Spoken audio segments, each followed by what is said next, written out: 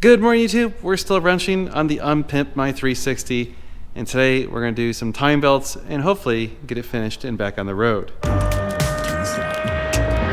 you recording all of the nefarious activities? For new channel, my name is Dan, and we are at my dealership NG Supercars, and this Ferrari 360 looked horrible. It looked like this.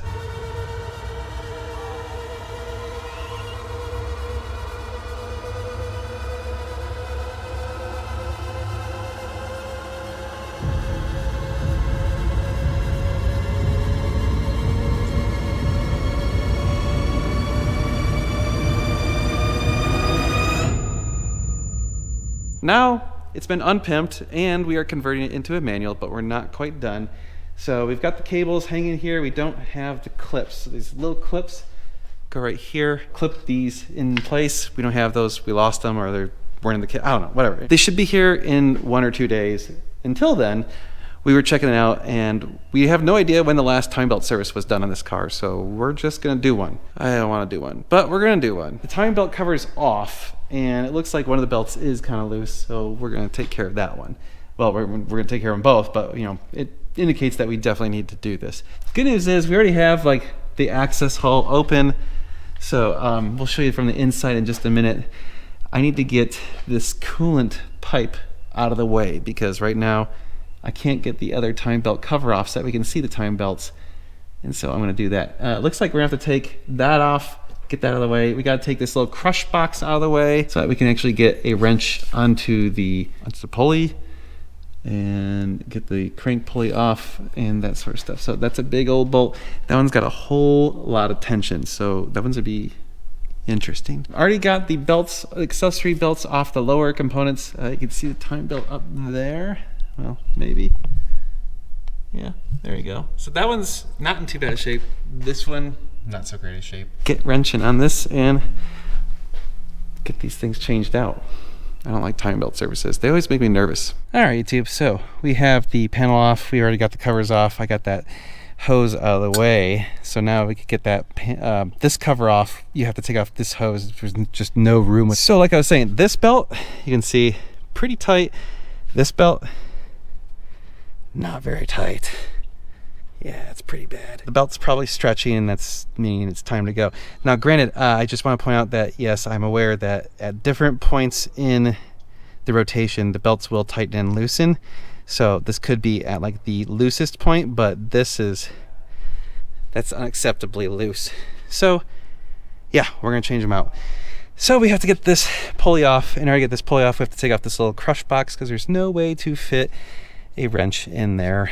Yeah, so I guess I'll jack the car back up and pop this box off, and we'll keep working on this thing. All right, YouTube, so we're trying to get the crank pulley off, and in order to get it off, this is a 36 millimeter. It's huge.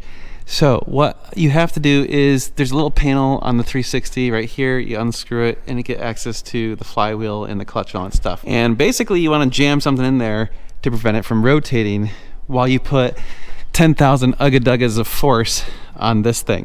So what I did was used a huge 1/2 inch extension, and this square end fit perfectly into one of those little grooves, and I was able to jam it up in there. I'll show you like so. Well, actually it may have rotated, but basically like that, okay? And this made it so that when it rotated that way, it just bound up against this and it couldn't rotate any further. Then I used the biggest breaker bar I have right here and used all my mass and body weight and force and pushed as hard as I could, and eventually it came loose. So now I'm just ratcheting it off. All right, YouTube, time belts are done, and well, I should say the time belts are on. I still gotta button everything up. And I didn't show it, and I didn't show it for a specific reason. I am tired of people telling me everything I'm doing wrong. Just use your imagination and come up with ways that I did it wrong, because I'm sure that you can think of some. I did, however, want to show you something on the time belts that is important. So here is the old time belt, and right here, if you can see that, is a series of numbers. It says 175141103, and then 04, 05, 06, 07, 08. So the first two numbers are the year. So this belt is from 2017. The second two numbers are the week in which it was made, and then something else. So those are the first 4 numbers are the important ones, and it's the ones in white, not the ones in yellow, white ones. So these belts are from 2017. So it's most likely that this thing has not had a major done in probably at least 5 or 6 years. So I'm very pleased that we did do them. Even though the belts looked like they were in pretty good shape, the one side, again, was kind of wobbly. The other side was pretty good. So the new belts say 23. Even though we're installing them in 24, they were made in 23. That seems about right. So probably most times the belt is about a year old or so. All right, so there you can see belts are in place. I also wanted to note something. If you do time belts on the 360, so the 2 little dots right here should be pointing basically down on this side, on the right side of the engine, and on the left side they should be pointing in. So you can see they're pointing in over there and down over here. So that is how it should end up. If it doesn't, you're in trouble. Now, when you do the timing belts, always make sure, well, at least one of the things I like to do is mark the closest point on the gears, so that way if something were to go wrong, you can still realign everything. There you go. It's kind of funny. You can see this thing's had lots of time belt services. There are marks everywhere, all over everything. So that's the good news. We know that this car has been being maintained, even if it hasn't been maintained recently. It has been maintained in the past. So now we gotta put back on all the belts, the timing covers, and all that crap, and the water lines, and blah, blah, blah, blah, blah. Lots of stuff. Connect it all and button it up, and then finally finish up the conversion. And then, oh my, we have a driving, running, manual, unpimped 360. All right, YouTube. Timing service is basically done. Belts are back in place. Everything's cinched up. Just adding some coolant. We're using the vacuum adder. We've seen this in some of our other videos where you create a vacuum in the system and then it sucks the coolant out of the jug. That way you don't have air in the system. It's pretty cool. So we're gonna do that. All right, YouTube.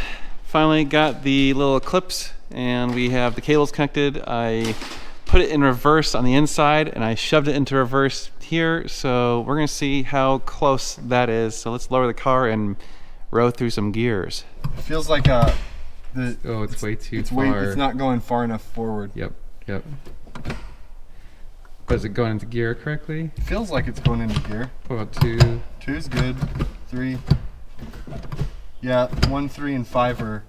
It's not going far enough forward, but correct. It's left, right is good. Yeah. Put it back into reverse. Okay. Reverse, it feels good. Yeah, so I'm gonna raise you up and then I'm gonna move it so that the shifter's forward more. Okay. All right, roll the gears.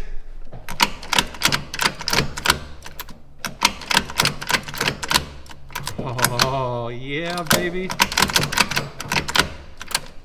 All right, YouTube. We're both a little nervous, trusting my timing belt service job and gated stuff at the same time, and computer stuff all at the same time. All right, well. There's a lot of stuff that could go wrong right now. Yeah, we got a lot of moving parts. All right, well, let's see how good we actually are. Turn on the battery. Okay. Battery's on. Oh, you gotta do the beep beep. Yeah. Oh God.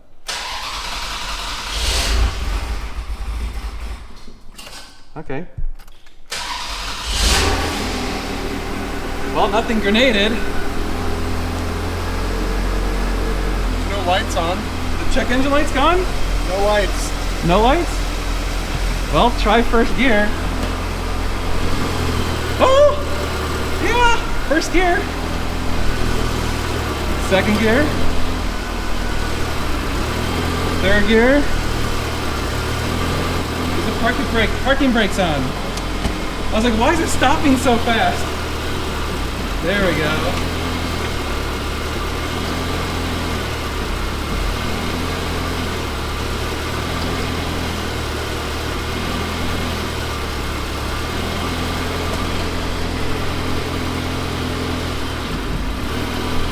Yeah, that's feels pretty good too. Does it? It feels really good.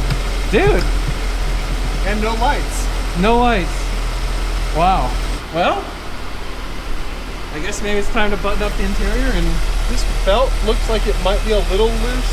The wobbly? Serpentine belt. See how it's kind of flopping a little? It's not squealing or anything. Give it a rev. Yeah. It's very weird to see the engine like this. The timing belt looks okay. Everything sounds good. Yeah. Okay.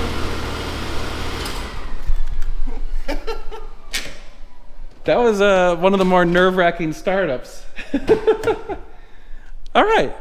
Success so far. I guess we got to put tires and interior back on and drive it before we don't want to put the bumper back on until after we've actually driven it, because if we have to adjust it, you need the bumper off. So I guess we got to leave the bumper off. We'll drive around like all ghetto style. I guess the interior goes in now. Yeah. Okay. All right, YouTube. Interior is back in. We have ourselves a gated car. We need to go drive it, make sure that the cables are adjusted correctly. Then we can throw back on the bumper and then it's done. Oh, there's one last thing we got to do to it too. Check it out. Little tiny carbon fiber wing. Yeah, bitches.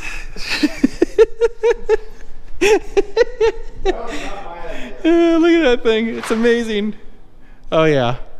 We're leaving it. Oh yeah. Rolling around bumperless style. But on the inside,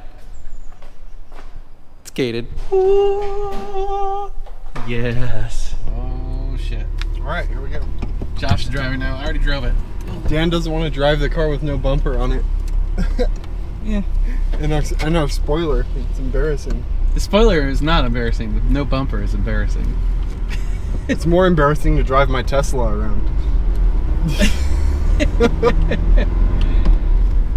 What are you trying to say about Tesla owners? I like Teslas. They're embarrassing? Most Tesla owners are not people I would hang out with. No. Whoa, easy. Neither are Honda Odyssey owners. Well, but look at the steering wheel. It's all perfect now. No start more button's gone. yeah. I cleaned that. Like, it's all nice. dude, the console. Yeah, I got that all clean. The dash. Yeah. You gotta put some weather conditioner up here still, but Yeah. This is a little. the Little vents loose. are all intact. Like, most of these cars are just in really bad shape. Yeah, I'll have to re-glue this. That's easy though. Yeah. Still gotta fix the stupid power cable Yeah. thing. We should probably stop and get battery. Oh turned yeah, off let's of that. stop it at O'Reilly's. The DIY software that we did, like programming the computers ourselves and everything, It's all good. flawless the first time. Yep. No, and we were joking because this is probably the most successful conversion we've done. It's really.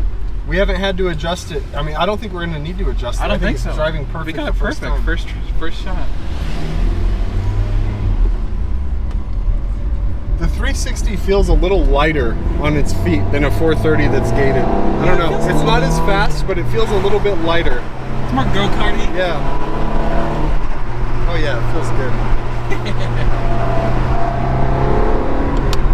This car does need an exhaust. Oh, it needs an exhaust desperately. So whoever buys this needs to buy an exhaust for it.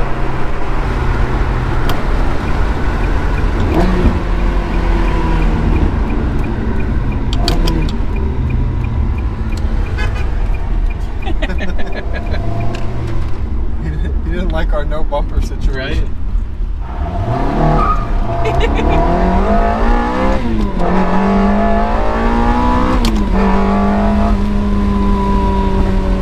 Honda CR-V in front of us.